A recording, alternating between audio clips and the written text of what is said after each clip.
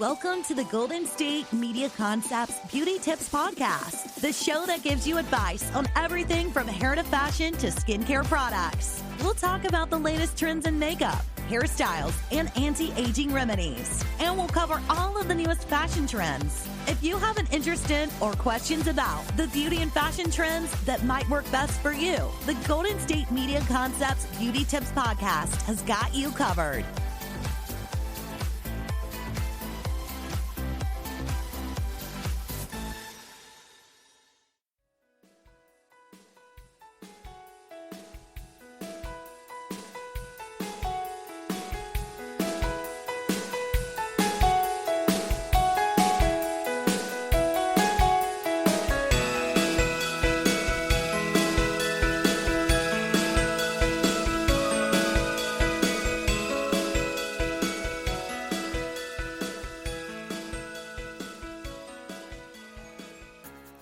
Thank you so much for tuning in to the GSMC Beauty Tips Podcast, brought to you by the GSMC Podcast Network. I am your host, drag queen Shear Stud. Thank you guys so much for listening today. Let's just jump right into it. So first, I want to talk to you guys about some makeup history, because I realized that, nobody really knows where makeup really came from. It kind of just showed up on our Instagrams one day, and we kind of just accepted it. So I'll be going through a couple of facts for you guys, and it'll be a learning experience for everybody. Next, I'm going to be going through the looks from the most recent episode of RuPaul's Drag Race UK Season 2. Let me tell you, it was a good one. Then after that, I'm going to be going through my top 10 favorite drag queens of all time. Whether it's a local queen, somebody who's not local to me, a Ru girl, somebody who's on RuPaul's Drag Race. We're going to be going through all of those. And then stay tuned till the end of the show, where we once again go through the top 10 celebrity looks of the week.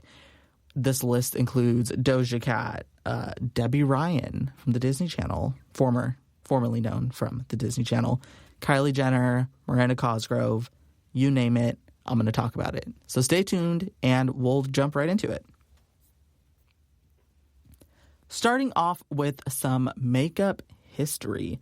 The first fact that I want to tell you guys is one that I didn't even really know. And we'll kind of notice going through this list that I didn't know most of these. But the first one is that makeup is actually regulated by the FDA, which is also the same group that regulates food and over-the-counter medicine and stuff like that. So if there is anything in any of your makeup products that's not safe for you, then the FDA would step in and hopefully recall those products. And I didn't really know this. I just, for some reason, assumed that the FDA was only for food. I didn't really think that it applied to anything cosmetic related. But that's really cool, and it makes me feel a lot more safe. So the next fact that I want to talk to you guys about is back in the day, before they had actual pigmented blush, the red, pink, rosy stuff that you put on your cheeks, what women would do is they would pinch their cheeks so hard that it turned their skin red. Then they would use the natural redness from pinching their face as blush, which I think is crazy, because your face would only stay red for so long. So are you just constantly pinching your face throughout the day? I don't really understand that. I mean, I guess for the time, that's all right. But I don't know, just pinching your skin. And plus, you're going to get your skin dirty. You're probably going to start to, break out in the area that you, keep touching your face. So another fun fact, this is just my little input. The more you touch your face, the more you're going to break out in certain areas because the oil's on your fingertips. It's also why it's important to wash your mask, or you're going to get maskne, which is acne caused by mask, which will typically happen around, your smile lines, the space between your smile and your ear, kind of that area. So don't be nasty, wash your mask. And plus they probably smell, and nobody wants to you're just smelling your own nasty mask. That's gross. The next fact that I want to tell you is that in the 1400s, it was so fashionable and so in and hip for women to be hairless. I'm talking bald. They would shave their heads, pluck their eyebrows to those. There's literally nothing there. And they would even remove their eyelashes. Listen, obviously the 1400s was a very different time than it is today. But, like, your eyelashes really? Like, I wonder how they did it. Did they, like pluck them out individually? Because I feel like that would hurt. Did they, like, use scissors and, like, cut them off? Because I'm pretty sure eyelashes grow back. I'm assuming. So I assume that if you would just cut them, then you would have to keep cutting them. You could burn them, I guess, but, like, fire that close to your eye doesn't really seem that safe. So if you do want to indulge in this trend, I would recommend you can shave your head. That's fine. You can shave off your eyebrows. That's fine. I would probably recommend you keep your eyelashes because you know what they say. The eyelashes are the curtains of the face. I don't know who says that. I might have made that up. So the next fact. Dermatologist tested does not mean dermatologist approved.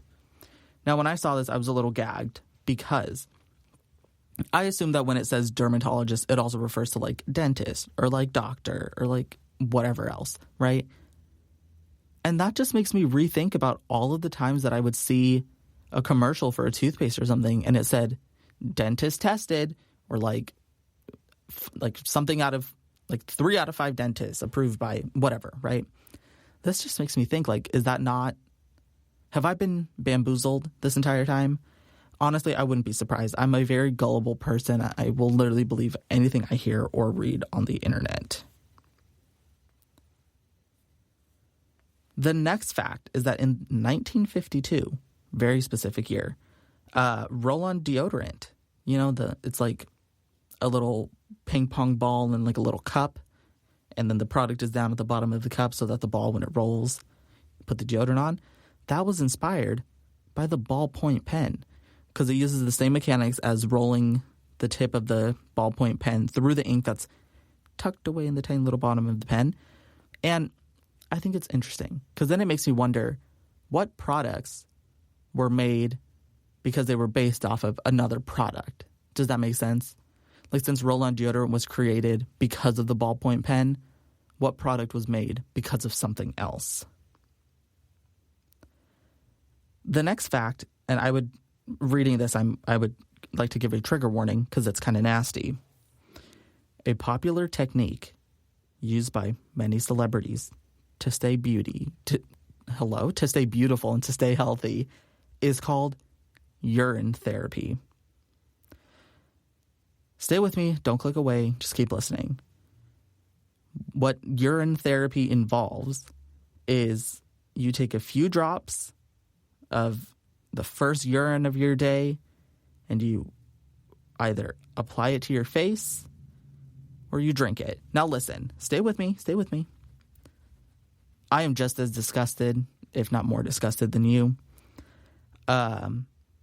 Because in my head, when you pee, it's just what your body doesn't need. It's the waste from whatever you drank before, right? So why would you put that on your face? Or why would you like re-ingest that and introduce just that waste back through your system? It doesn't really make any sense to me. I guess maybe from a science perspective, it could be one thing. But if you know anything about this and you would like to help clarify this for me, by all means, please tell me.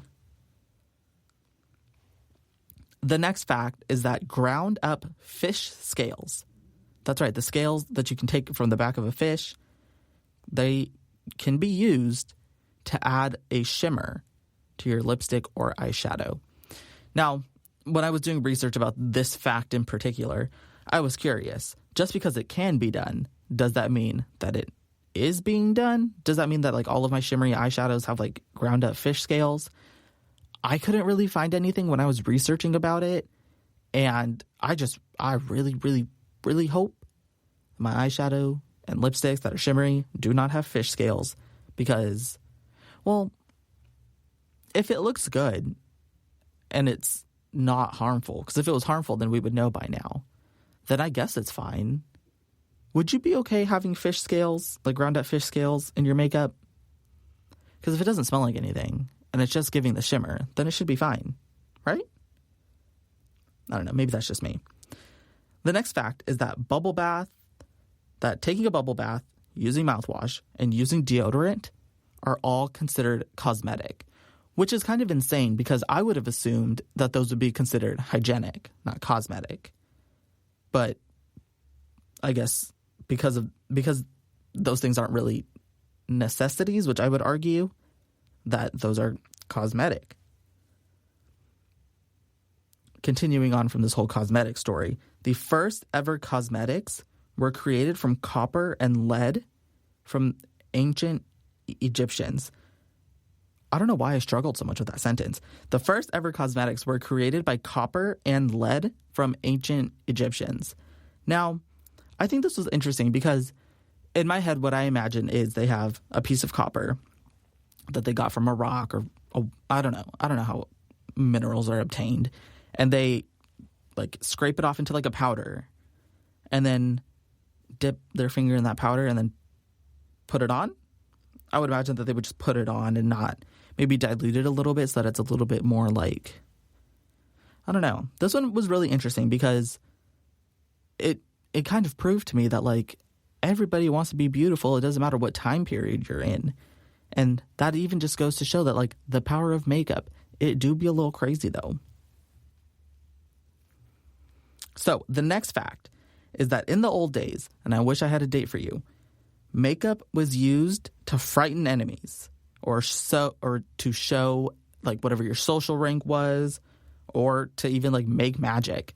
So because makeup was used to like show rank, I would imagine that makeup wasn't as accessible as it is now, which duh, right? However, like you can get makeup literally anywhere.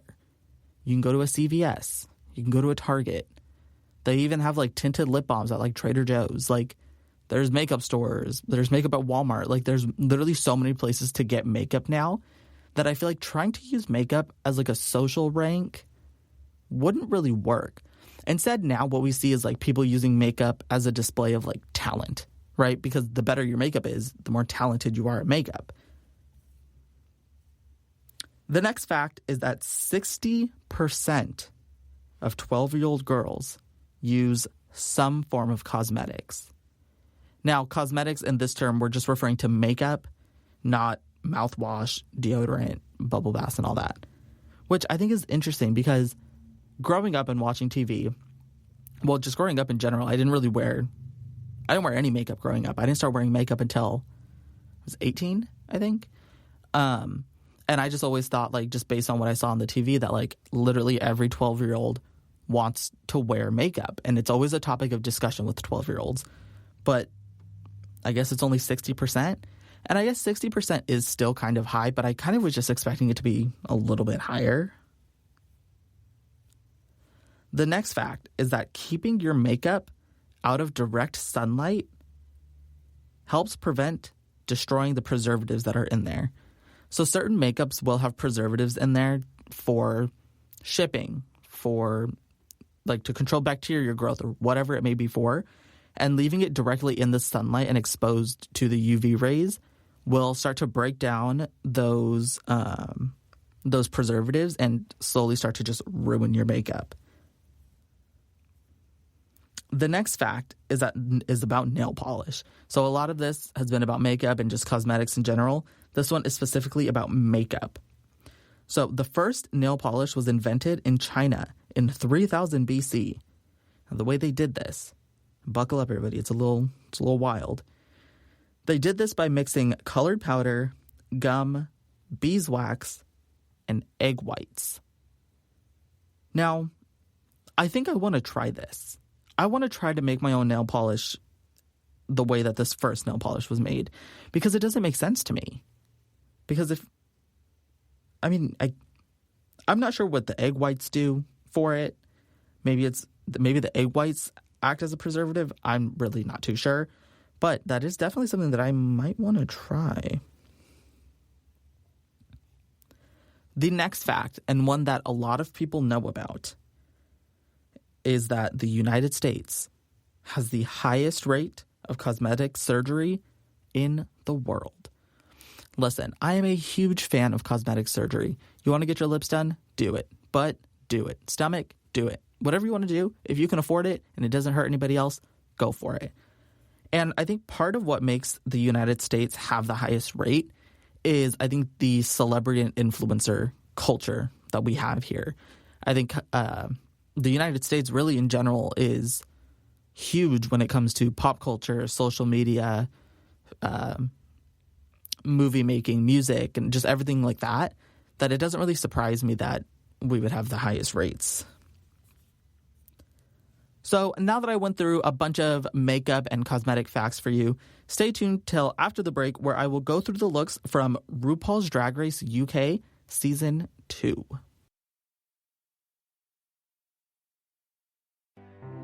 The GSMC Life and Happiness podcast takes you on a journey of exploration. We'll discuss tried and true methods alongside the latest trends of how to best live your life to its fullest and happiest. From psychology to meditation, science to self-help books, the GSMC Life and Happiness podcast will help you to discover what makes you happy and how you can live life being the best you possible. Download the GSMC Life and Happiness podcast on iTunes, Stitcher, SoundCloud, Google Play, or anywhere you find podcasts. Just type GSMC in the search bar.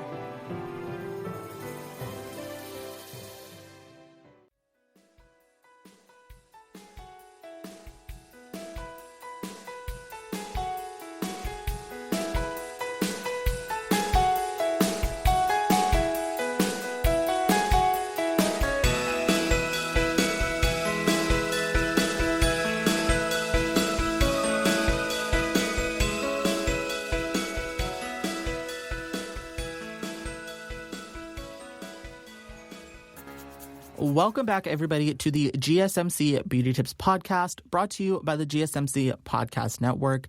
I am your host, Shear Stud, and before the break, I went through some makeup history and kind of just went through some makeup facts, some cosmetic-related facts, something about nail polish, and we kind of went through those and we learned together. There was a lot of things on that list that I didn't know, and hopefully there was something on that list that you didn't know before. So the next thing that I want to go through with you guys is the looks from RuPaul's Drag Race UK Season 2. So the theme of this runway was Stoned to Death. Now, this category can be interpreted in many different ways. Typically, when you stone something that involves putting diamonds or like crystals or something reflective on your outfit. When I first heard what this challenge was and what the theme was, the first thing that I thought of when I heard stoned to death was a witch. A witch who was being stoned, set afire, whatever it may be. So I probably would have come out in some like Salem witch trials type outfit, or even something like a Greek statue, the ones that are made of stone, probably something like that, because I think that would have been really cool. However, none of these looks kind of involved stone as like a raw material, rather like the act of putting something on an outfit, like crystals or diamonds or something like that. You know what I mean? So let's just get started and go through the looks. I'm going to go in order of least to most favorite. So coming in at last, and we hate to see it, is going to be Tace.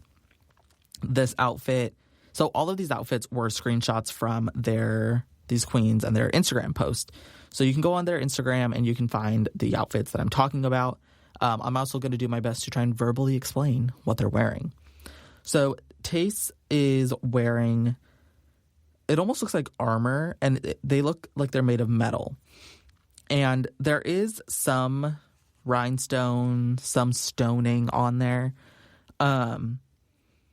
And she looks gorgeous. She looks incredible. I just don't think, compared to the other outfits, it was enough. Because these metallic pieces that she's wearing, like she has one covering her crotch, her stomach, her chest, and kind of going up towards her collarbones, off the shoulder type of, like almost like a bodysuit type shape. So overall, not too big of a fan. I really do like the accessories. So, like, the big necklace that she's wearing that literally just looks like a bunch of diamonds are just pouring out of her jaw. She has some crystals in her hair, which I think is incredible. Makeup, always on point. One thing that I have to say about this entire group of queens is that none of their makeup there's not a single flaw with any of their makeup. And I think that that's something that I've noticed throughout the seasons of RuPaul's Drag Race, is that while the looks are all collectively slowly getting better, their makeup overall for everybody has gotten significantly better. And I think the only queen whose makeup I didn't like in the beginning was, I want to say, Heidi N. Closet from season 12 of US Drag Race. In the beginning, wasn't a fan of the makeup, but as the show progressed and as she was going through the show and getting tips and fixing up her makeup, like, it did get a lot better. But Drag Race UK season 2, for the top, what is this, 5, for the top 5 makeup skills, flawless for everybody. Moving on to the next outfit, we have Miss Ellie Diamond. Now, I have some mixed thoughts about this. Ellie Diamond, I'm truly just at a loss for words, really. You would think that with a challenge like this, with Diamond in your name, you would go above and beyond. Like, you would, every diamond that you had that you could get your hands on, like, you would use. And I just don't really see that with this outfit.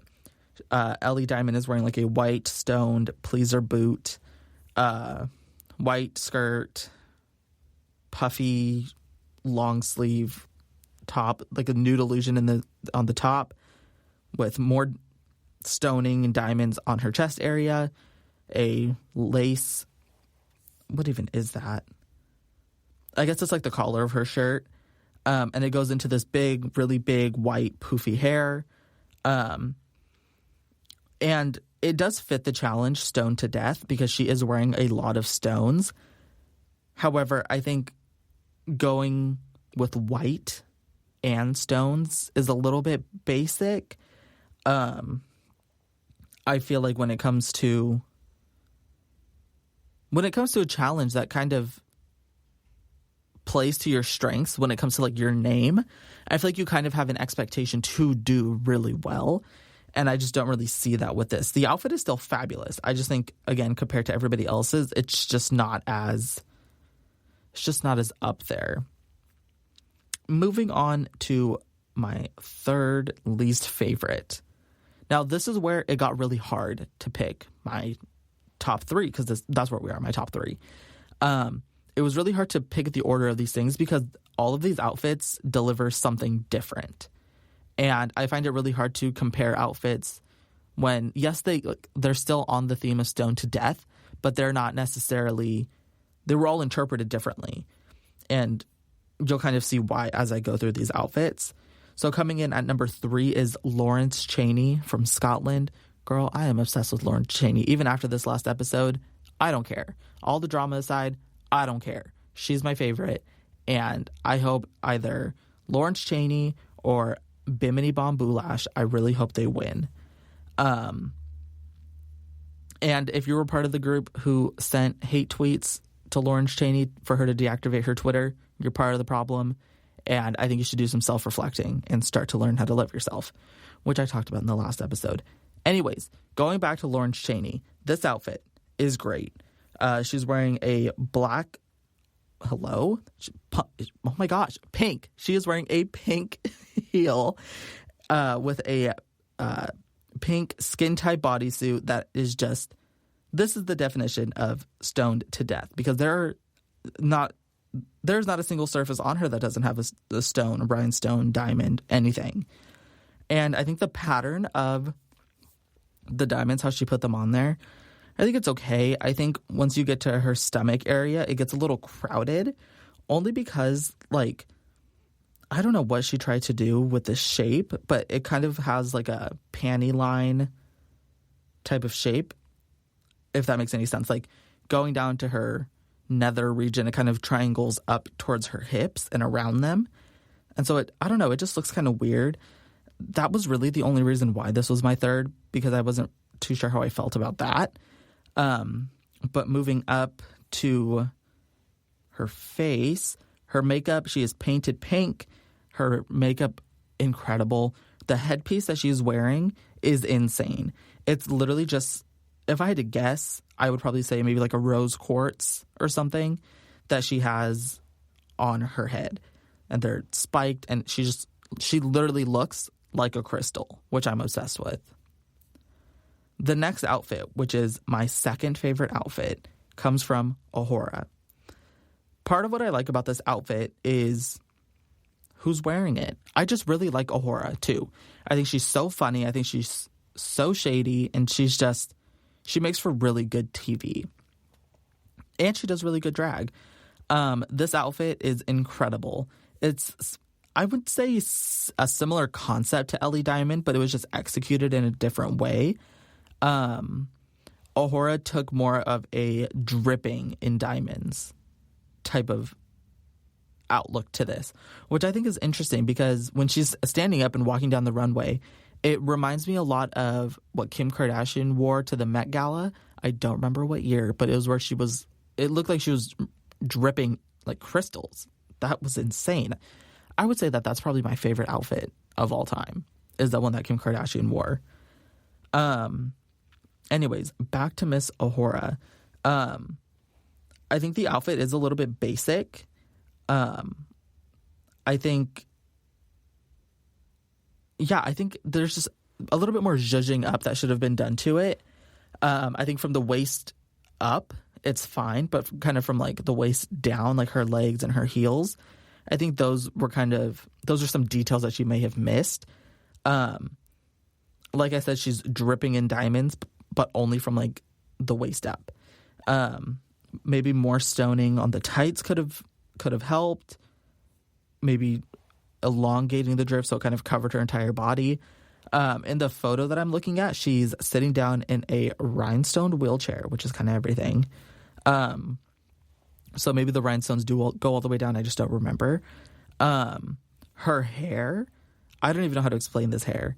It's like a very 50s inspired, like finger waves, I guess. But then on top of it, it's like this crazy, like, reminds me of jumbled up wires, just like madness up top.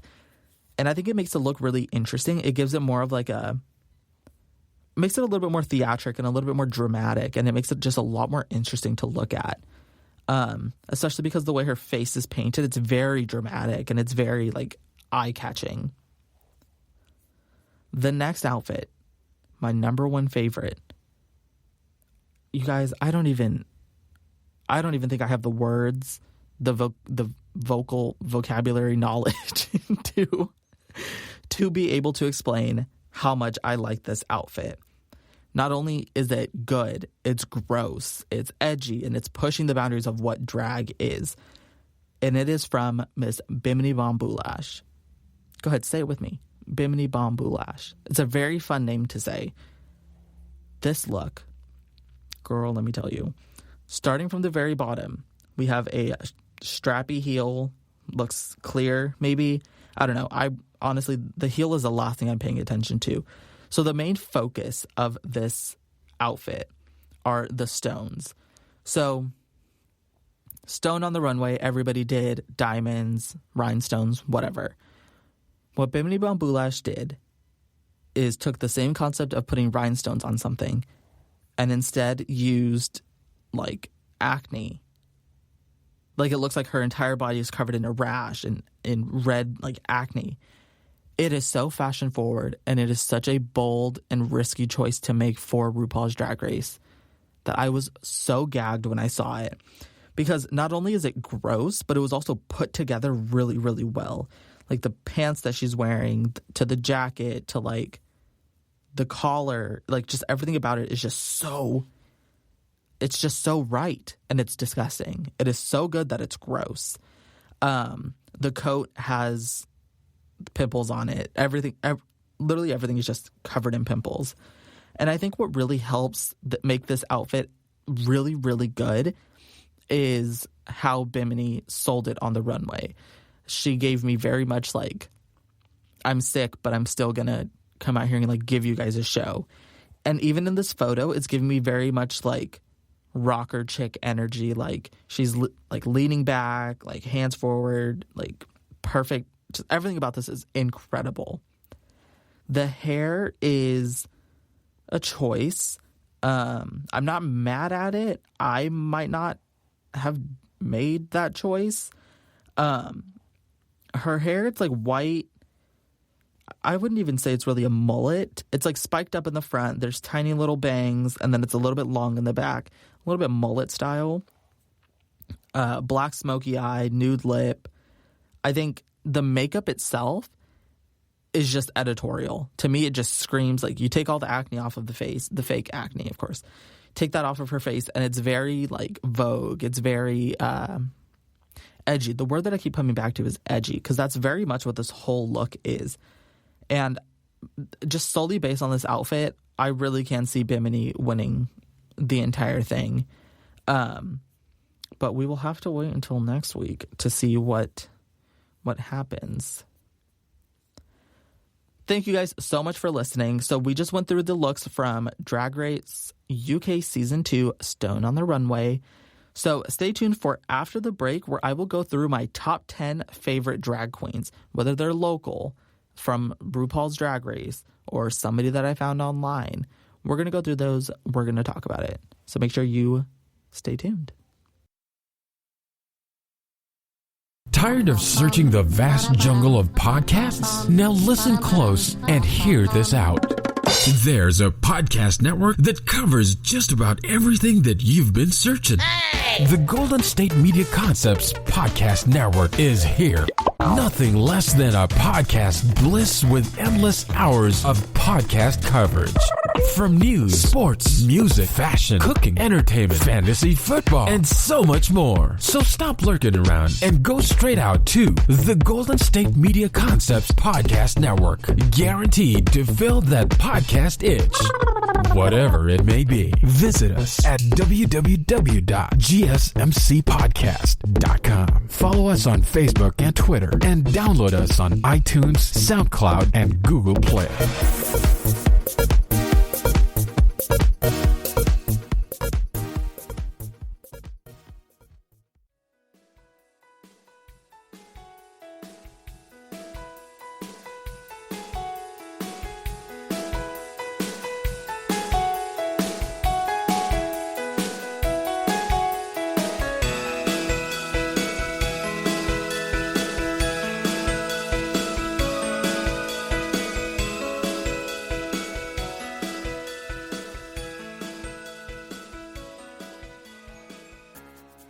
Welcome back, everybody, to the GSMC Beauty Tips Podcast, brought to you by the GSMC Podcast Network. Before the break, I talked to you guys about my favorite looks. Well, not even that. We went through the looks from RuPaul's Drag Race UK Season 2. We ranked them. We went through what I did like, what I didn't like, and we picked a favorite. Then before that, I went through some makeup history with you guys, some makeup, cosmetic, nails, all that fun stuff. So now it is time for a segment that I have just been so excited about, and that is my top 10 favorite drag queens. Like I said before, it can be anybody who was on RuPaul's Drag Race, US, UK, Canada, any of the franchises, anybody from there. It'll include them. It'll include some local drag queens, queens who are local to me, some queens who aren't local to me, some queens who I found on other social media platforms. And I really do want to take this moment to say, support local drag, because too many times has local drag been overlooked because there are queens who are more famous or have a bigger following. And I just want to remind everybody, it's important to tip your local drag queen, tell her she's gorgeous, and tell her that she's beautiful. Me included. Anyways, so this list is in no particular order. It's just as I remember these queens, I just wrote them down. So the first queen that I want to introduce you guys to is Alaska. Now, I can't say the last name because her last name is a little inappropriate. But if you know this queen, you know her well. She is from RuPaul's Drag Race Season 5. Unfortunately, she didn't win Season 5. However, she did win All-Stars 2. Oh, spoiler warning, she wins All-Stars 2. Alaska was kind of my first introduction to drag. I didn't know what a drag queen was or what they did or what they even looked like. And Alaska was my gateway into this entire world. I think the way that I found her is I think I was sitting at lunch one day. I was in high school and I was just listening to music, doing whatever. And this song came on. It's called The Tea. I was like, well, what is this? So I click play and I'm listening to it. And I'm like, okay, wait. One, this sounds a little scary. And if you've listened to the song, it kind of caught me off guard a little bit. But I kept listening to it and she's saying some things about, did a couple challenges. I won a few. That's something I call All Stars 2. I was like, what is she talking about? And then I did more research, found out about Drag Race, started watching Drag Race, fell in love, got obsessed, watched all the seasons, started doing drag, and now we're here. And so Alaska is, I would probably say I wouldn't even say my biggest inspiration because that's not necessarily true, but she is definitely the reason for all of this. All this mess. She is the reason. So if you have any issues with how I am when it comes to drag, take it up with her. It's probably her fault. The next queen that I want to talk to you guys about is Raja Gemini.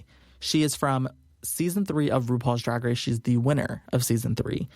And the reason why she's one of my favorites is because she was the first queen on RuPaul's Drag Race to have me fully gagged. And I want to say it was her Marie Antoinette, like, rocker chick runway on season 3 that, like, had me gagged. Because I just remember, like, I saw that episode and I saw that outfit and I kid you not, I could not stop thinking about it for, like, 2 or 3 days. It was just such a good outfit and it was just so well put together. And it was, to me, what good drag was. Like, that was the definition of good drag. Taking something that people have one idea about and kind of what they expect and twisting it into what you think it is and making it drag. And I just thought that outfit was just so cool. If you can look it up, 10 out of 10, I would recommend. The next queen that I want to talk to you guys about is a local queen. So the next 2 queens, I was introduced to them pretty recently, like within the past couple of weeks. I met them through Twitch, the streaming platform. All they do is they just sit there, they talk with other drag queens, and they just play video games. It's a good old time. The first queen that I want to mention is Apple a Day. This queen reminds me of somebody like that I know in my personal life, like the way that they talk. I just can't remember who. And it's so frustrating. You know when it's like on the tip of your tongue and it's almost there, but like not quite. I almost want to say like Apple a Day sounds like one of my like school professors. But then like the second I say that, like that doesn't feel right. But regardless, Apple a Day, she's part of a group called Scream Queens. I can't remember. And it's pretty much just a bunch of drag queens who are in this kind of support group where they all stream together on Twitch. And one of the queens that Apple a Day streams with is probably my favorite person to watch on Twitch right now. That is Queen Nicki Minaj. This queen is so funny. Like, I will literally be in my room watching her stream and I will just be cracking up. I don't know what it is just about like the way that she does her makeup or the way that she plays games that just makes me laugh so much.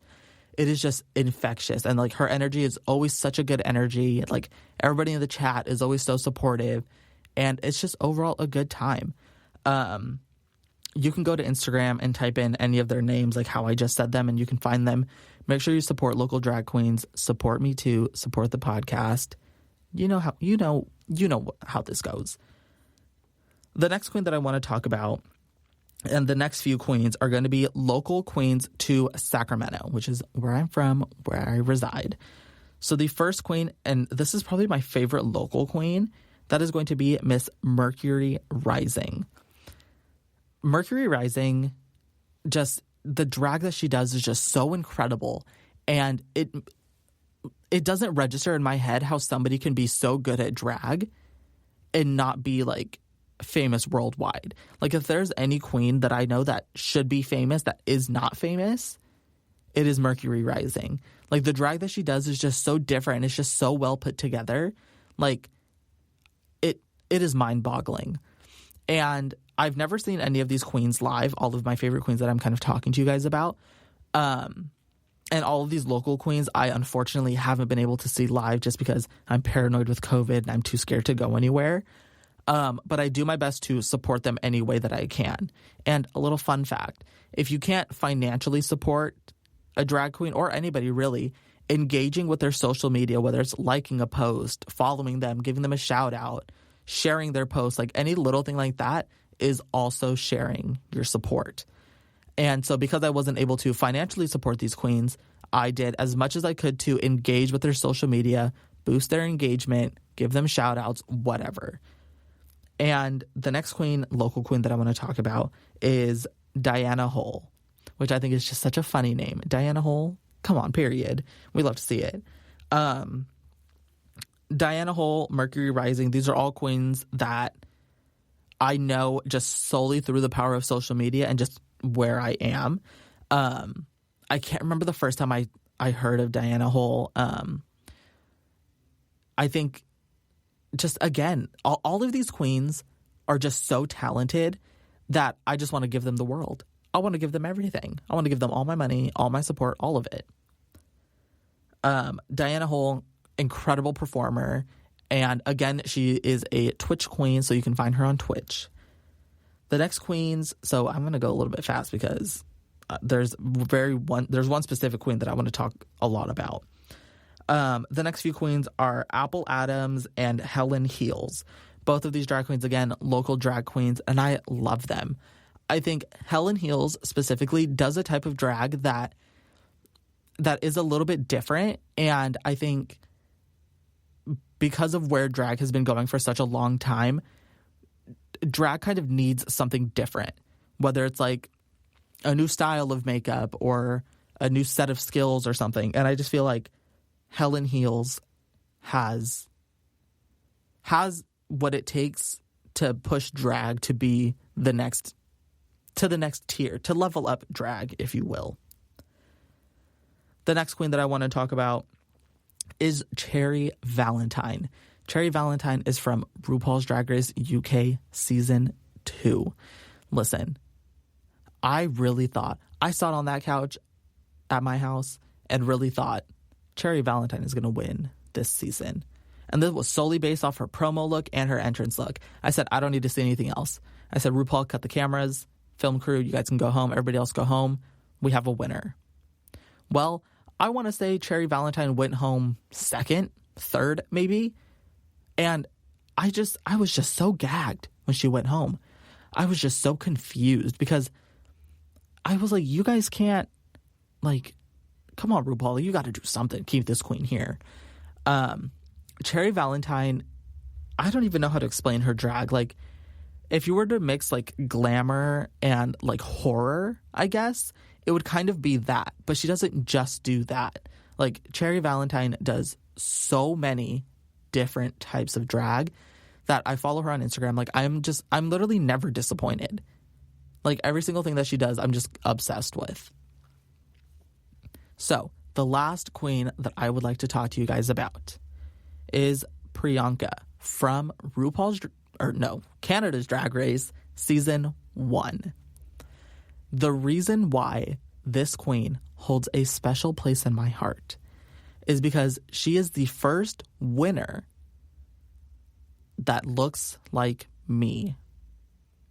Does that make sense?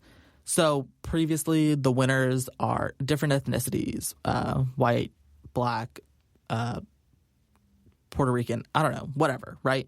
We have a bunch of different people who have won. However, Priyanka is the first person, like, her hair looks like mine. We have, like, our skin tones are very similar. Our family backgrounds are very similar.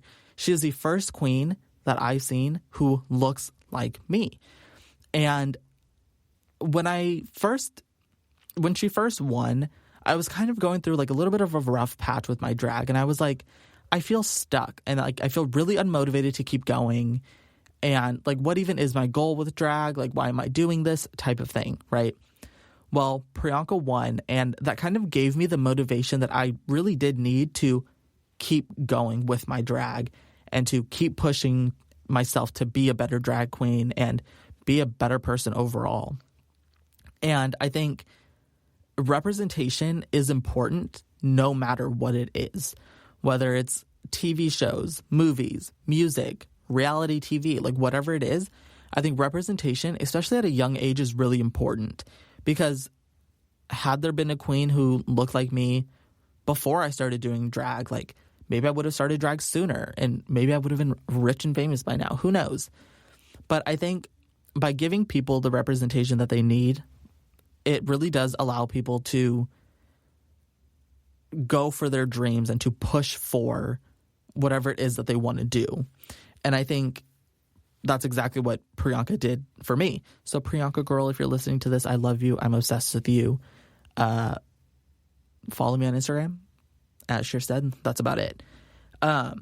So like I said before, all of these drag queens are incredible. If you can support them in any way, 10 out of 10, I would do it.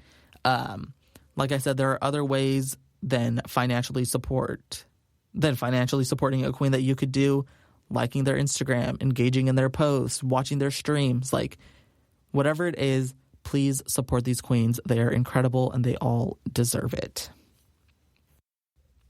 So it completely just went over my head. There is one last queen that I think everybody who's listening, tell their friends, tell their family to go support. That is going to be me, Shear Stud. You can find me on Instagram at Shear Stud. There's a link in my bio on my Instagram that takes you to every single thing that I do. I have some affiliate links so you guys can get some discounts on some fun things. Follow me on Twitter, Instagram. You can even Cash at me if you really like me. And continue listening to this podcast and just keep supporting me however you can. So now that I've gone through my top 10 favorite drag queens of all time, stay tuned for after the break where I will go through the top 10 celebrity looks from this past week. And listen, it was a good week for these celebrities because all these outfits are kind of fierce. So stay tuned.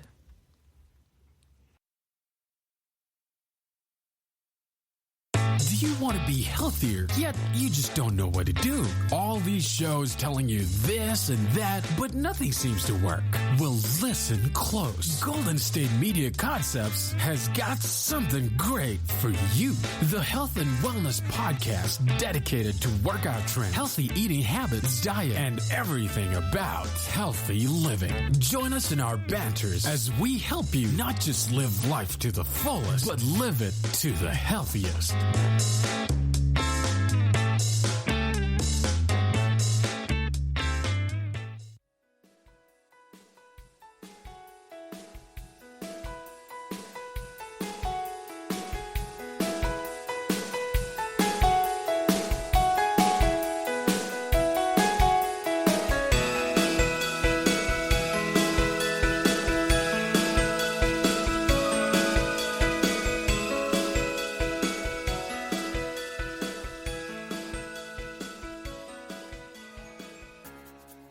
Thank you so much for joining us today on the GSMC Beauty Tips Podcast, brought to you by the GSMC Podcast Network.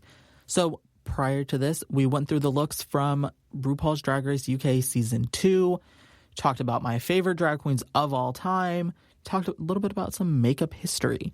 And so now I want to talk to you guys a little bit about the celebrities this week.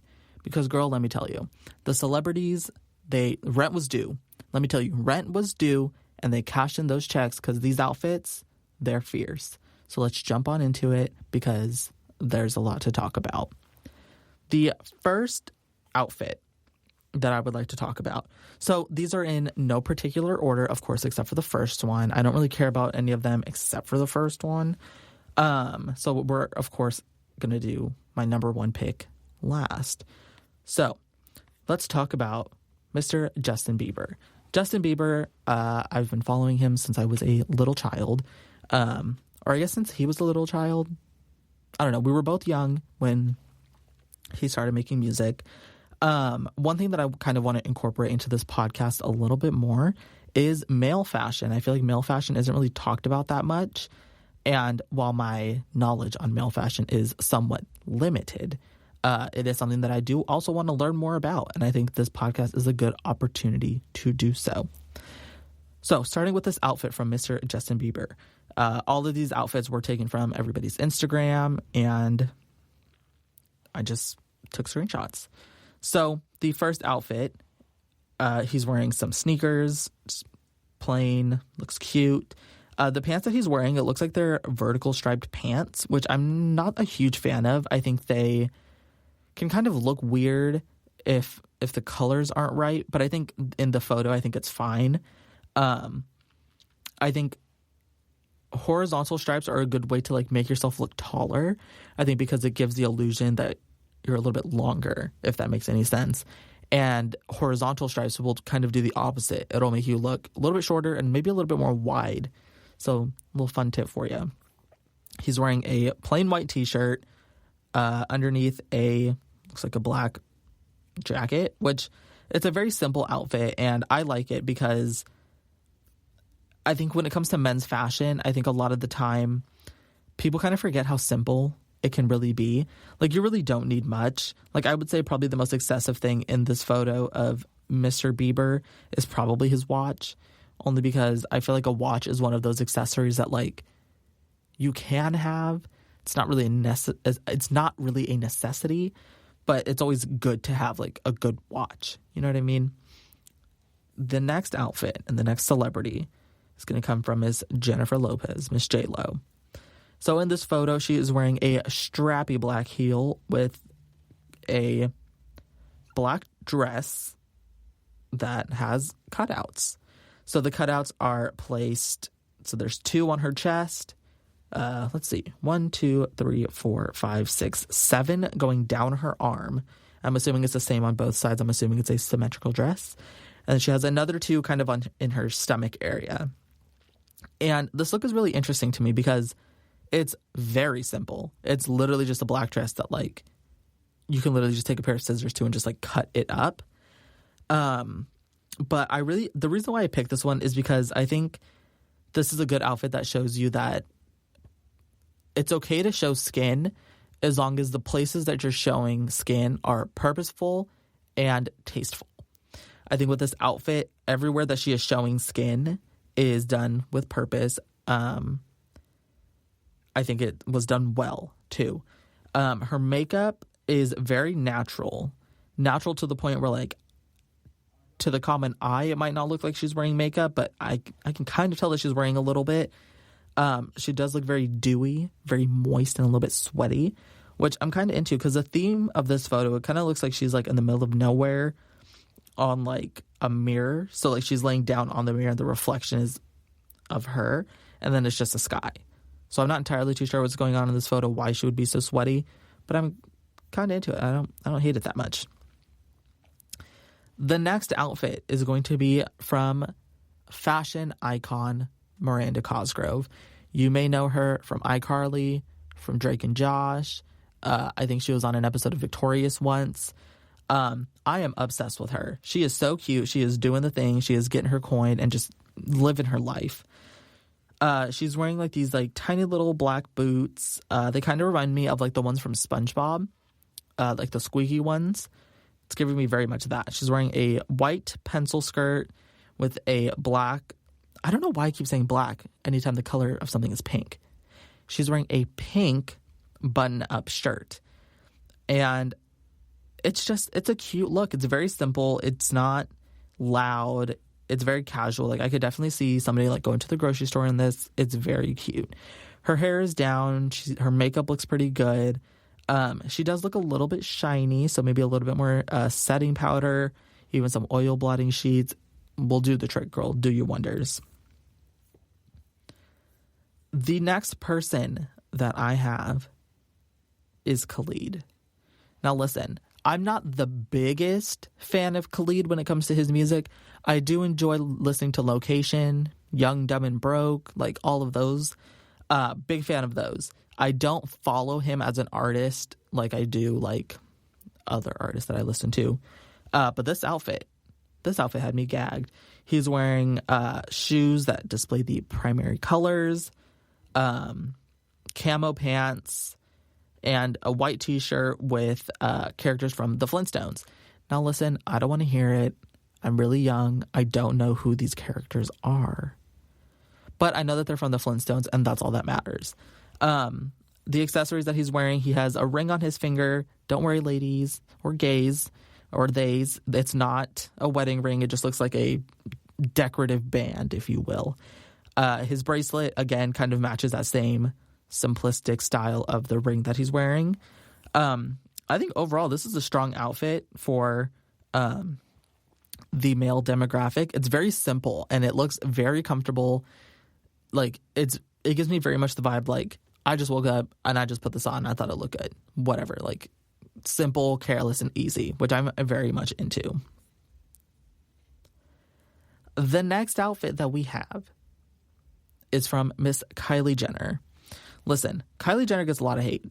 She gets a lot of hate. And just for being born into a famous family, getting cosmetic surgery, I'm really not too sure why she gets a lot of hate. I think this outfit is really good. The skirt or like dress, it's not really a dress. The skirt that she's wearing, it's like a floor length skirt, I'm assuming. Kind of looks like bacon. It gives me very much like Lady Gaga, like raw meat vibes. I think the colors of it are nice. It's just red, white, a little bit of black. And then moving up, she's wearing a black bra with a strap that goes across the top of her boobs that connect to this like jacket that she's wearing. And the jacket's like long sleeve. It has black gloves. Almost looks like leather. Her hair slicked flat down. Makeup always incredible. Like this is overall just a strong outfit. It's a good summertime outfit, but she is showing a lot of skin. Now listen, I have talked about skin a lot this episode. I am all for showing whatever you want to show. And I think, again, like I said, it just has to be purposeful and done with like good like purpose, right? I think this is a good example of that. She's accentuating parts of her body that she feels confident in. And she knows. This photo gives me very much like I look good and I know that I look good. And I want everybody else to know that I look good, which I'm very much into. Self-confidence is definitely more attractive than if you're wearing something that's like ugly. The next outfit that I would like to talk about is from Debbie Ryan. Debbie Ryan was formerly on the Disney Channel show Jessie. Big fan. Haven't really kept up with her since. Girl, I'm sorry. But let's talk about it over lunch. Anyways, the outfit that she's wearing black boots, goes into this black skirt that kind of has a little slit up the leg. So she's showing a little bit of leg. The top that she's wearing, it's a black top with red. I want to say the red starts about midway up her forearm, maybe up to her elbow, and then down towards her hands. It's like a deep red. And that's the only pop of color on this outfit. Everything else is black. She has a black purse. Her makeup is light brown. Her hair looks wet. I think this outfit is very editorial. Once again, I think it's a good example of a simple outfit that's like workday appropriate, right? I would say this is relatively workday appropriate, minus like maybe how much leg she's showing. I think overall this is a good outfit because the color combination that she picked is just impeccable. She has different types of black, like of black fabric, meaning like her boots are a little bit shiny. Her top is like incredibly matte, and like she has a good combination of like texture in this outfit that I think it makes it really interesting to look at. The next outfit, and it's not even a full outfit. I only have a headshot of this photo. I don't care. It's gorgeous. Comes from Selena Gomez. She's wearing a floral dress, black, pink, green. That's all you need to know because that's all that's on there. And it is stunning. The softness of the pink and the green against the black. They're so nice, and they complement her skin tone so well. And the photo that I'm looking at, like I said, was taken from her Instagram. It's a close-up of her face. And so that's kind of what I wanted to focus on. Her lips are very pink and very deep red, which I'm into. It's very bold. Her eyes are, again, a brown and gold, very deep, very dramatic, like seductive almost. Like she's just selling me sex. And I'm here to buy it. I am here to buy it. Her eyebrows, I never really noticed how thin her eyebrows were. But like looking at the photo, like they don't look abnormally thin. I think whoever did Selena's hair and makeup did an incredible job. And if she's the one who did her own hair and makeup, girl, absolutely. She really came to work and she did everything she had to do with this photo. The next person that I would like to talk about is Miss Megan Thee Stallion. Now, I wouldn't say this outfit isn't something exciting. There's really not much of an outfit at all. However, I really do like the hair and makeup and the accessories that she is wearing in this photo. And so I think that enough warrants it being on this list. So she is in the bathtub. She has dark blue, light blue tiles behind her because, she's in the bathroom.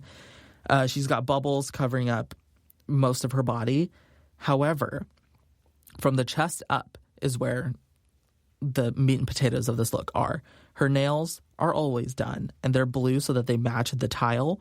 She's got diamonds on her wrist, diamonds on her neck. Like, we're not surprised. Homegirl looks expensive, which I am absolutely here for. Her makeup, let me tell you, Megan Thee Stallion, her makeup is so specific. It's very like, imagine if a drag queen did subtle makeup. It's very that, because it's very bold and dramatic, but it's not necessarily over the top. Does that make sense? She has good color placement, like very fine lines, very clean lines. Like overall, she knows her face and she knows where to put colors and where certain colors look best. Her hair, it's this updo, tiny bangs, goes up, I want to say maybe like a foot into the air. And it's just so much fun to look at. The final outfit that I want to talk to you guys about is from Doja Cat. And she is on the cover of this magazine. I'm looking at the photo and I don't instantly recognize what magazine it's for. Regardless, it doesn't even look like her. I don't know what it is about this photo that I just love, but it doesn't look like Doja Cat. I wouldn't have guessed it was her just based on the only way that I knew it was her is because she posted it and her name is right there. But this photo, like, she looks like a robot. Like, her skin literally looks metal. She looks so shiny. She's bald. Face doesn't even look like her. I think what makes this my favorite for the week is just how different it is. Similar to my favorite from Drag Race UK, this episode, Bimini Bamboulash. Their outfits are just so different and they're so unique. Like, Doja Cat is wearing a black panty, no pants, and it goes up into this like cropped bomber jacket that it looks soft, but it also looks like really heavy metal. Like, this outfit is just great. I think it's overall strong attempt.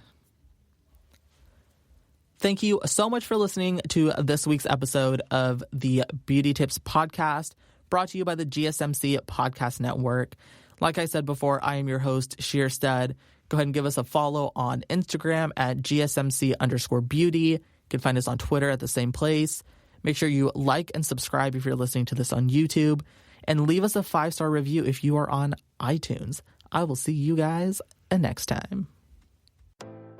You've been listening to the Golden State Media Concepts, Beauty Tips Podcast, part of the GSMC Podcast Network. You can find this show and others like it at www.gsmcpodcast.com. Download our podcast on iTunes, Stitcher, SoundCloud, Google Play, or anywhere you find podcasts. Just type in GSMC to find all of our shows from the GSMC Podcast Network, from health and wellness to entertainment and life and happiness to sex and relationships. You can also follow us on Twitter and Facebook. Thank you, and we hope you have enjoyed today's episode of the Golden State Media Concepts Beauty Tips Podcast.